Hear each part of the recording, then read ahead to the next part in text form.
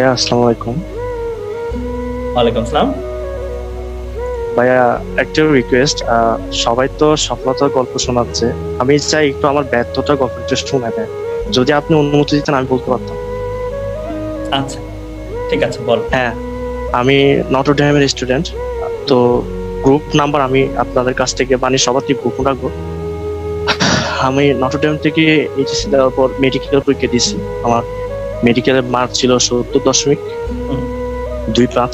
ডেন্টালে exam দিয়েছিলাম, dental অতটা ভালো হয় নাই। তো ওইখানে মার্ক ছিল 68।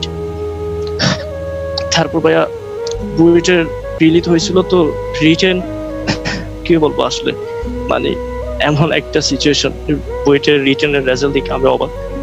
ওয়েটিং লিস্টে আছে, আসবে না, সিরিয়াল অনেক দূরে। আজকে ডিউটি দিল, হয়তো সিট আসবে ভাইয়া 4,000-এর উপরে সিরিয়াল নাম্বার। তো আমি আসলে আমি জানি না আসলে আমি আমার রেজাল্টটা কখন অ্যাকসেপ্ট করি নাই, কারণ আমি ফার্স্ট ইয়ার থেকে সবসময় বলতে মানে নটরডেমে যে পরিবেশ থাকতো ওই পরিবেশটা বড় হয়েছি আমরা। সবসময় কোয়েশ্চেন ব্যাংক সলভ বলেন, এডমিশনের প্রিপারেশন বলেন, সবকিছু থাকতো মাইন্ডসেট। কিন্তু আমি জুনিয়রদের উদ্দেশ্যে একটা কথা বলতে চাই, আমি সবকিছু গোপন রেখে আসছি। একটা কথা বলবো ভাইয়া, কখনো রিলেশন করিও না। আমার লাইফের আজকে এই স্টেজ আসছে একমাত্র রিলেশনের জন্য। আমি রিলেশন করে বুঝছিলাম, পড়াশোনার প্রতি মনোযোগ ছিল, কিন্তু নিজে বুঝতে পারি না যে আসলে পড়াশোনা থেকে দূরে চলে গেছিলাম। করোনাকালীন সময়ে একটু পড়াশোনা করা হয় নাই।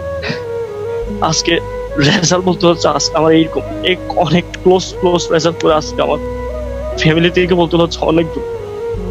জুনিয়র যারা আসলো ভাইয়া, একটু রিকোয়েস্ট থাকলো, পড়াশোনা করো। এই কয়েকটা মাস পড়াশোনা করলে ভাইয়া মেয়ে আসবে, মেয়ে হাজার যাবে, হাজার আসবে, কিন্তু এই সময়টা কখনো তোমরা পাবা না।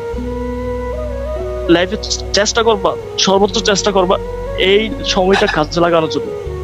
আমি জুনিয়রদের উদ্দেশ্যে এটা বলবো, 22 হোক 23 হোক, সবার ছোট ভাইদের জন্য এই কথাটা আমি বলবো। তোমরা চেষ্টা করবা, সর্বোচ্চ চেষ্টা করবা যেন পড়াশোনা এবং মা বাবার কষ্টটা দিকে থাকানোর জন্য। আমি কক্সবাজারের সন্তান ছিলাম, আমি কক্সবাজার থেকে নটরডেমে চান্স পেয়েছিলাম, অনেক গ্রামের স্টুডেন্ট ছিলাম আমি। কিন্তু আসলে বুঝি না যে আসলে এরকম যে একটা কালো জগতে যে পা দিয়ে দেবো আমি আসলে কখনো কল্পনা করিনি।